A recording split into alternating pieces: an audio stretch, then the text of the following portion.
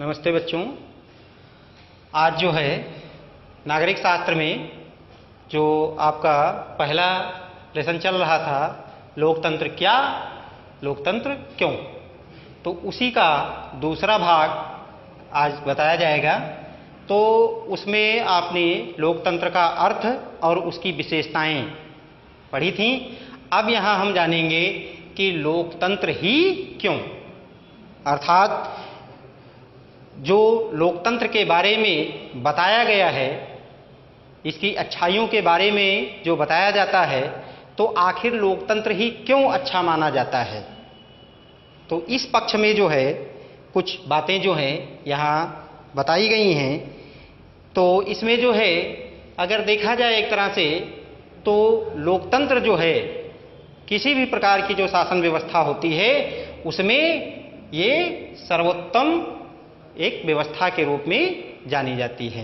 यानी जो भी व्यवस्थाएं चलती हैं, जैसे राजतंत्रात्मक व्यवस्था है या तानाशाही व्यवस्था है, इस प्रकार की जो व्यवस्थाएं चलती हैं, तो उन सभी व्यवस्थाओं में जो लोकतांत्रिक शासन व्यवस्था है, तो ये सबसे सर्वोत्तम व्यवस्था के रूप में जानी जाती है। यह सर्वाधिक लोकप्रिय व न्याय संगत है, क्योंकि इसमें जनता का शासन होता है, तो इसलिए ये सभी को प्रिय होता है और इसमें सभी के लिए न्याय उपलब्ध होता है। तो इसीलिए इसको कहा गया है कि यह सर्वाधिक लोकप्रिय व न्याय संगत होता है। और इसमें जो है लोकतांत्रिक जो व्यवस्था होती है, तो इसलिए भी यही होना चाहिए, क्योंकि इस व्यवस्था में एक तरह से सभी को समान अवसर प्रदान किया जाता है, वो चाहे किसी भी वर्ग का व्यक्ति हो, कैसा भी हो। तो इसलिए इसमें जो है समस्त जनता को मौका दिया जाता है कि वो अपना प्रतिनिधित्व जिस रूप में चाहें वो उस रूप में अपना प्रतिनिधित्व कर सकते हैं। और इसके अलावा तमाम तरह की विसंगतियों के बावजूद भी लोकतांत्रिक शासन व्यवस्था जो है ये सर्वश्रेष्ठ शासन व्यवस्था मानी जाती है। ऐसा नहीं है कि इसमें भी कुछ विसंगतियां नहीं पाई जाती हैं, ऐसी कोई तो वस्तु है ही नहीं जिसमें कोई ना कोई खराबी हो ना। लेकिन फिर भी अगर देखा जाए तो सबसे अच्छी व्यवस्था जो है यही व्यवस्था मानी जाती है हमारी। तो अब इसके बाद हम आगे चलते हैं। हेडिंग है हमारी लोकतंत्र के खिलाफ तर्क, अर्थात इसमें जो बुराइयां पाई जाती हैं, तो कौन कौन सी इसमें कमियां पाई जाती हैं लोकतांत्रिक शासन व्यवस्था में, तो उसके बारे में हम जानेंगे कि कौन कौन सी इसमें कमियां रह जाती हैं। तो एक तो इसमें बताया गया अस्थिरता। अस्थिरता क्या होती है कि भाई लोकतांत्रिक जो व्यवस्था है, तो इसमें शासन का जो समय होता है वो निर्धारित होता है और 5 वर्ष के लिए उसका निर्धारण किया जाता है।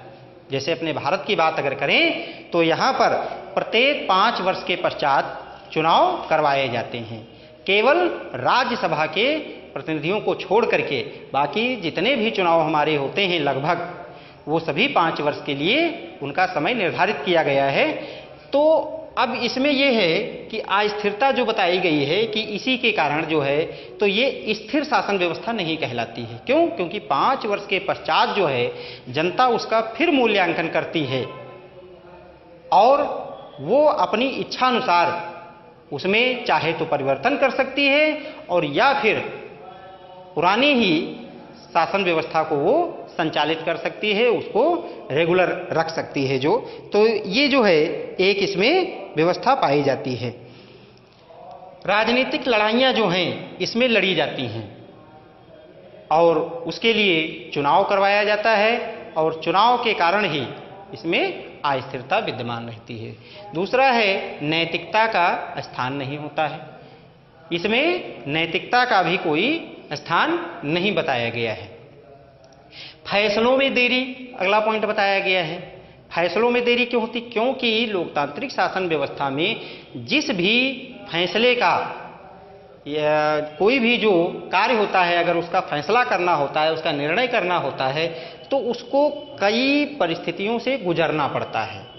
उदाहरण के लिए जैसे एक कोई मुजरिम है, तो उसके लिए सबसे पहले जो है आपका छोटी अदालतें जो होती हैं यहाँ पर उसकी पैरवी सुनी जाएगी, इसके बाद फिर उससे बड़ी, फिर उसके बाद जो है सबसे जो हमारा सर्वोच्च न्यायालय होता है वहाँ पर जो है उसकी पैरवी सुनी जाएगी और अंत में जाकर के उसका फैसला हो पाता है। इसी तरह से अगर देश के ऊपर कोई संकट या आपत्ति विपत्ति आ जाती है तो उसमें भी निर्णय लेने में काफ़ी देरी होती है। क्यों? क्योंकि इसका एक नियम है इसमें कि इसका जो एक मंत्रिमंडल जो बनाया जाता है तो उसकी बैठक करवाई जाएगी और उस बैठक में जब सभी लोग उसमें लगभग उसके पक्ष में होंगे तभी जो है उस पर फैसला लिया जा सकता है। तो इसलिए इसमें फैसलों में देरी होती है, क्योंकि किसी भी मुद्दे पर फैसला लेने के लिए उसको कई जो उसकी गतिविधियां होती हैं उनसे उसको गुजरना पड़ता है। इसमें डायरेक्ट कोई भी निर्णय नहीं ले सकता है। उसके जो नियम हैं, जो तरीके हैं, उसी हिसाब से जो है इसमें फैसले लिए जाते हैं, इसीलिए इसमें देरी होती है। जैसे इसीलिए जो है कि अगर देश में आपातकाल की स्थिति उत्पन्न हो जाती है तो उस समय जो है इसीलिए कि जो सारा शासन है वो राष्ट्रपति के हाथों में दे दिया जाता है, क्योंकि वो उस समय फिर इन पर फैसले लेने के लिए जो है वो स्वतंत्र हो जाता है। लेकिन अगर उस तरह से नियमतः अगर किसी बात पर जो है फैसला लेना होता है तो उसमें कई जो हैं दौर उसके होते हैं, उनसे गुजरना होता है, तो इसलिए इसमें देरी होती है। फिर अधिक खर्चीली व्यवस्था भी इसको कहा गया है। ये भी इसके खिलाफ तर्क एक बताया गया है कि लोकतांत्रिक शासन व्यवस्था जो है ये बहुत ही खर्चीली शासन व्यवस्था है। उसका कारण ये है कि भाई प्रत्येक 5 वर्ष के पश्चात जो है इसमें जो चुनाव करवाया जाता है, तो अब ये होता है कि इसमें जो प्रतिनिधि होते हैं वो चुनाव में हिस्सा लेते हैं और वो चुनाव को जीतने के लिए बहुत सा रुपया पैसा इसमें खर्च कर देते हैं। प्रचार प्रसार में या जो सभाएं होती हैं उसमें है, या कुछ लोग तो ये भी करते हैं कि वोट को खरीदने का भी कार्य करते हैं। तो इसलिए इसमें जो है बहुत अधिक खर्च आता है, इसीलिए इसको खर्चीली व्यवस्था भी कहा जाता है। लोकतांत्रिक शासन व्यवस्था को बहुत अधिक इसमें धन खर्च होता है जब भी चुनाव इसमें करवाया जाता है। और ऐसा नहीं है कि केवल प्रतिनिधियों का ही खर्च होता है, इसमें देश का भी जो धन होता है वो भी खर्च होता है, क्योंकि चुनाव करवाने में उसकी सुरक्षा व्यवस्था को सही ढंग से निपटाने के लिए देश का भी पैसा इसमें खर्च होता है। तो इसीलिए इसको खर्चीली व्यवस्था कहा गया है। अब कार्य प्रणाली पर प्रभाव इसमें बताया गया है, ठीक है, कि जो इसकी कार्य प्रणाली होती है तो कार्य प्रणाली में भी इसके प्रभाव पड़ता है, क्योंकि इसमें कहा गया है कि आम लोगों को पता नहीं होता कि उनके लिए क्या अच्छा है और क्या बुरा, इसलिए उन्हें किसी भी प्रकार का निर्णय नहीं करना चाहिए। इसमें सरकारें बदल जाती हैं और जिससे सरकार की कार्यप्रणाली पर प्रभाव पड़ता है। अर्थात जैसे एक कोई सरकार है, उसने अपने हिसाब से नियम और कानून बनाए देश को संचालित करने के लिए, लेकिन पता चला कि पूरा उसका शासनकाल नहीं हो पाया, किसी कारणवश उसकी सरकार गिर गई, तो उनके द्वारा जो 5 वर्ष के लिए जो नियम या कानून बनाए गए थे नए, तो वो नियम और कानून प्रभावित हो जाते हैं। और अगर उनके स्थान पर कोई दूसरा व्यक्ति गद्दी पर बैठता है या किसी दूसरे पार्टी की सरकार बनती है, तो फिर उसमें जो उनकी कार्यप्रणाली होती है तो उसको वो बदल करके अपने हिसाब की कार्यप्रणाली लागू करते हैं। तो यही है आपका कार्यप्रणाली पर प्रभाव। और लोकतंत्र के, तो इस तरह से ये लोकतंत्र के खिलाफ तर्क थे कि अर्थात इसमें कौन कौन सी बुराइयां पाई जाती हैं। अब यहां हम देखेंगे कि इसमें अच्छाइयां कौन कौन सी हैं, अर्थात लोकतंत्र के पक्ष में तर्क कौन कौन से दिए गए हैं या अच्छाइयां इसकी क्या क्या बताई गई हैं। तो उन अच्छाइयों में हम देखेंगे कि पहला है अच्छे निर्णय की संभावना। तो अच्छे निर्णय की संभावना से क्या तात्पर्य है, क्योंकि लोकतांत्रिक शासन प्रणाली जो होती है तो तो इसमें एक मंत्रिमंडल का गठन किया जाता है। तो किसी भी मुद्दे पर अगर बात करनी होती है तो उसमें सब लोग बैठ करके आपस में मिलजुल करके उस मुद्दे पर बहस करते हैं और उसके बाद जो है उस मुद्दे पर निर्णय लेते हैं। ठीक, तो देर से तो आता है वो फैसला, लेकिन वो एक अच्छा फैसला आता है, क्योंकि इसमें जब तक किसी भी मुद्दे पर 2/3 बहुमत नहीं होता है तब तक वो निर्णय मान्य नहीं होता है। तो इसलिए 2/3 लोग उसमें जो बहुमत देते हैं, तो इसी कारण इसमें कहा जाता है कि अच्छे निर्णय की संभावना इसमें पाई जाती है। फिर नागरिकों का सम्मान इसमें होता है। नागरिकों का सम्मान किस तरह से होता है कि 5 वर्ष के लिए इसमें सरकार चुनी जाती है, और 5 वर्ष के लिए जो सरकार चुनी जाती है तो अब ये होता है कि जो प्रतिनिधि होते हैं तो वो जनता से लगाव रखते हैं, वो दूरी नहीं बना पाते हैं। क्यों? क्योंकि उनको ये पता है कि अगर ये जनता हमसे दूर हो जाएगी तो फिर हम भी उनसे दूर हो जाएंगे। तो इसलिए वो जनता जो होती है तो उनका सम्मान भी करते हैं। नहीं तो जैसे राजतंत्रात्मक व्यवस्था होती है या हमारी जो तानाशाही व्यवस्था होती है, इसमें जनता का कोई सम्मान नहीं होता है। क्यों? क्योंकि इसमें जनता से कोई मतलब नहीं होता है। यहाँ पर इसमें जो भी मतलब होता है वो केवल एक व्यक्ति का होता है, वो चाहे राजा हो या चाहे तानाशाह हो, वो अपने हिसाब से निर्णय लेता है, केवल उसमें अपनी भलाई वो सोचता है। लेकिन लोकतांत्रिक जो शासन व्यवस्था होती है तो इसमें जो सरकार होती है तो वो जनता के हित से संबंधित जो कार्य करती है, तो इसलिए जो है इसमें नागरिकों का सम्मान होता है। और एक है गलती सुधारने का अवसर। तो गलती सुधारने का अवसर क्या होता है? इसमें है कि जैसे 5 वर्ष के लिए जो चुनाव करवाए जाते हैं, तो इसमें पता चला कि जो प्रतिनिधि है तो उसकी सरकार थी और उसकी कुछ कमियां रहीं, जिससे जनता ने उसको स्पष्ट बहुमत प्रदान नहीं किया। तो वो पता चला कि चुनाव में हार गया और उसकी सरकार नहीं बन पाई। किसी दूसरे व्यक्ति की या किसी दूसरे पार्टी की सरकार सत्ता में आई। अब ये होता है कि 5 वर्ष का समय उसको मिलता है कि वो उस पे जो है वो विचार करता है कि आखिर हमसे कहां पर गलती हुई, जनता ने आखिर हमको क्यों ठुकराया, हमारी सरकार क्यों नहीं बनी। तो ये तमाम तरह के जो सवाल होते हैं तो ये राजनीतिज्ञों के या पार्टियों के दिमाग में घूमते रहते हैं। तो वही जो उन्होंने कमियां की, जो उनमें कमियां पाई गई, जो उन्होंने गलतियां की, उन गलतियों को सुधारने का अवसर उनको प्राप्त होता है। और इसी कारण हम देखते हैं अपने भारत में कि एक सरकार बैठती है, एक पार्टी की सरकार होती है, 5 साल तक वो रहती है और इसके बाद वो हट जाती है, कोई दूसरी पार्टी की सरकार होती है। लेकिन फिर पता चलता है अगली बार कि फिर से जो है वो जो हारी थी पार्टी वो फिर से पुनः सत्ता में आ गई। तो क्यों आ गई? क्योंकि उसने अपनी गलतियों में सुधार किया।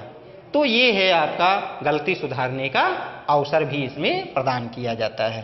ठीक, तो इस तरह से जो है ये लोकतंत्र के पक्ष में तर्क दिए गए हैं। अब इसके बाद जो है आगे हम बढ़ते हैं तो लोकतंत्र का बृहत्तर इसमें अर्थ बताया गया है कि लोकतंत्र का जो विस्तृत अर्थ है तो वो क्या है। ठीक, तो लोकतंत्र जो है तो ये प्रतिनिधित्व वाला लोकतंत्र वर्तमान में लोकतंत्र का प्रचलित रूप है। और इस प्रकार के शासन में लोग, इसमें कहा गया है कि इसमें सभी लोग शासन नहीं चलाते, बल्कि सभी लोगों के ओर से एक जो प्रतिनिधि चुना जाता है वो प्रतिनिधि इसमें शासन व्यवस्था को संचालित करता है। इसीलिए इसको जनता का शासन कहा जाता है, क्योंकि इसमें जनता जो है वो अपने प्रतिनिधि का चुनाव करती है। वो चाहे प्रत्यक्ष रूप से हो और चाहे अप्रत्यक्ष रूप से हो। प्रत्यक्ष रूप से क्या होता है कि जिसमें जनता सीधे चुनाव में हिस्सा लेती है, जैसे ग्राम प्रधान का चुनाव, ठीक है, या क्षेत्र पंचायत सदस्य का चुनाव, जिला पंचायत सदस्य का चुनाव, विधायक का चुनाव, सांसद का चुनाव। इसमें क्या होता है, इसमें जनता सीधे हिस्सा लेती है। लेकिन अप्रत्यक्ष चुनाव प्रणाली क्या होती है, इसमें जनता सीधे हिस्सा न लेकर के अपने प्रतिनिधियों के माध्यम से उसमें हिस्सा लेती है, जैसे मुख्यमंत्री का चुनाव या जिला अध्यक्ष का चुनाव या प्रमुख का चुनाव या प्रधानमंत्री का चुनाव। तो इस तरह के जो बड़े बड़े चुनाव होते हैं तो इसमें जनता सीधे हिस्सा नहीं लेती है, इसमें जनता जो है तो वो अपने प्रतिनिधियों के माध्यम से इसमें जो है हिस्सा लेती है। ये चौथी हेडिंग हम डाले दे रहे हैं यहाँ पर 1.4, ये है आपका लोकतंत्र का बेहतर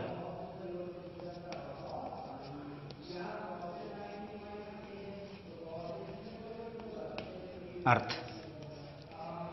ठीक, तो ये जो है इसी को अब बताया जा रहा है इसमें। तो यही होता है इसमें कि जनता जो है फिर अपने द्वारा चुने हुए प्रतिनिधियों द्वारा शासन करवाती है और उसका समय भी निश्चित होता है 5 वर्ष के लिए। और इसके बाद जो है जनता 5 वर्ष के बाद जो है वो उनके कार्यों का मूल्यांकन करती है और मूल्यांकन करने के उपरांत वो अगली बार फिर देखती है कि इस व्यक्ति को मौका दिया जाए या किसी नए व्यक्ति को मौका दिया जाए। तो इस तरह से जनता का इसमें शासन होता है, ठीक है। तो इसमें फिर वस्तुतः लोकतंत्र एक ऐसा सिद्धांत है जिसका प्रयोग जीवन के किसी भी क्षेत्र में हो सकता है। अनेक बार लोकतंत्र शब्द का प्रयोग कुछ आदर्शों के लिए भी किया जाता है, ठीक। तो ये आदर्श कौन कौन से हैं इनको देख लेते हैं। तो इसमें लोकतंत्र के आदर्शों के बारे में हम जानेंगे। जैसे पहला बिंदु जो है कि इसमें कहा गया है कि भाई लोकतंत्र जो है या इस देश में वास्तविक लोकतंत्र तभी माना जाएगा जब देश का कोई भी व्यक्ति भूखे पेट ना सोए, अर्थात सभी के लिए भोजन उपलब्ध हो, तभी जो है एक अच्छा लोकतंत्र माना जाएगा। या हम इसको कह सकते हैं कि देश से गरीबी को हटाना, ठीक, तो उससे जो है एक अच्छा लोकतंत्र आएगा। लेकिन जब तक देश के अंदर गरीबी विद्यमान रहेगी, लोग जो है भूखे रहेंगे, उनके लिए खाद्यान्न उपलब्ध नहीं होगा, तब तक वो एक अच्छा लोकतंत्र नहीं माना जाएगा, ठीक। दूसरा है आपका कि नागरिकों को फैसला लेने में समान भूमिका निभानी चाहिए। ऐसा नहीं है कि केवल चुनाव के माध्यम से ही नागरिक जो है उसमें अपनी भूमिका निभाएं कि वो केवल प्रतिनिधि को चुने या प्रतिनिधि को वो ना चुने, सरकार को वो रखें या उसकी सरकार को गिरा दें। तो केवल यहाँ पर वोट से ही केवल मतलब नहीं है, बल्कि उसको जो है अन्य सारी जो सुविधाएं होती हैं वो उपलब्ध कराई जानी चाहिए कि जिसमें आपकी बुनियादी शिक्षा, बुनियादी संसाधन और पक्की निष्ठा होनी चाहिए, ठीक। अर्थात इसमें बुनियादी शिक्षा जो बताई गई है कि ऐसी शिक्षा परक जो है इसमें शिक्षा हमको दी जाए जिससे कि हम अपना रोजगार स्वयं चुन सकें या हम अपना जो रास्ता है वो स्वयं चुन सकें इसमें। और बुनियादी संसाधन, ऐसे संसाधनों की खोज की जाए जिससे लोग जो हैं वो स्वयं आत्मनिर्भर बन सकें। फिर है आदर्शों को पाने का इसमें प्रयास किया जाना चाहिए कि इसमें लोकतांत्रिक शासन को जो आदर्श बताए गए हैं तो इन आदर्शों को पाने का प्रयास अवश्य करना चाहिए। यदि हम इन आदर्शों के परिप्रेक्ष्य में स्थिति का मूल्यांकन करें तो ये बात स्पष्ट हो जाती है कि विश्व में कहीं भी लोकतंत्र नहीं है। जो आदर्श बताए जाते हैं, तो ऐसा लगभग कहीं भी जो भी लोकतांत्रिक देश है वहाँ ऐसा नहीं है, क्योंकि जो बताया गया कि भाई गरीबी जो है अभी सभी जगह पे विद्यमान है। ऐसा कोई भी देश लगभग नहीं है लोकतांत्रिक देश जहाँ पर गरीबी ना पाई जाए। तो उन अगर आदर्शों की बात की जाए तो वो आदर्श अभी भी सभी जगह पर पाए नहीं जाते हैं। इसमें इतना होने पर भी आदर्श के रूप में लोकतंत्र की हमारी समझ हमें सदैव यह बात याद दिलाती रहती है कि लोकतंत्र को अधिक महत्व क्यों देते हैं। फिर इसके बाद है कि लोकतंत्र की शक्ति क्या होती है। लोकतंत्र की जो शक्ति होती है वो होती है जनता, अर्थात जनता ही इसमें लोगों के भविष्य का निर्णय करती है, सरकार का वो निर्धारण करती है। क्योंकि जनता जो है वो चुनाव के द्वारा जो है इसमें जो भी प्रतिनिधि होते हैं उनको वो चुनती है और उसके द्वारा जो है वो शासन करते हैं वहाँ पर, अर्थात इसीलिए उसको जनता का शासन भी कहा जाता है। एक आदर्श लोकतंत्र में निर्णय लेने की प्रक्रिया लोकतांत्रिक होनी चाहिए और प्रत्येक लोकतंत्र को इस आदर्श को पाने का प्रयत्न करना चाहिए। ठीक, और इसके बाद जो है लोकतांत्रिक व्यवस्था नागरिकों की सक्रिय भागीदारी पर निर्भर होती है। तो इसको भी देख लेते हैं कि जो राजशाही व्यवस्था होती है या तानाशाही व्यवस्था होती है तो इसमें जनता का कोई प्रतिनिधित्व नहीं होता है इस प्रकार की सरकार में। तो इसलिए ये जो शासक होते हैं या यहाँ पर जो सरकार होती है वो अपने आप में स्वतंत्र होती है निर्णय लेने के लिए, उसमें जनता की सहभागिता नहीं होती है। तो इसलिए इस प्रकार की जो सरकारें होती हैं, कौन सी, तानाशाही और राजशाही जो होती हैं, तो इस प्रकार की जो सरकारें होती हैं तो वो कभी नहीं चाहेंगी कि लोकतांत्रिक शासन व्यवस्था हो, क्योंकि वो अपना निर्णय स्वयं लेना जानते हैं। और लोकतांत्रिक व्यवस्था जो होती है तो इसमें जनता की भागीदारी होती है, जनता के द्वारा जो है वो चुने जाते हैं। तो ऐसी सरकारें जो हैं वो कभी नहीं चाहेंगी कि हमारे यहाँ लोकतंत्र पनपे। ठीक है, तो इस तरह से जो है तो ये हमारे लोकतंत्र के जो आदर्श थे तो उसमें हमने आपको बताया। तो इस तरह से ये हमारा जो लेसन है पहला ये अब समाप्त होता है और अगला फिर वीडियो जल्द लेकर के हम आएंगे। तब तक के लिए थैंक यू।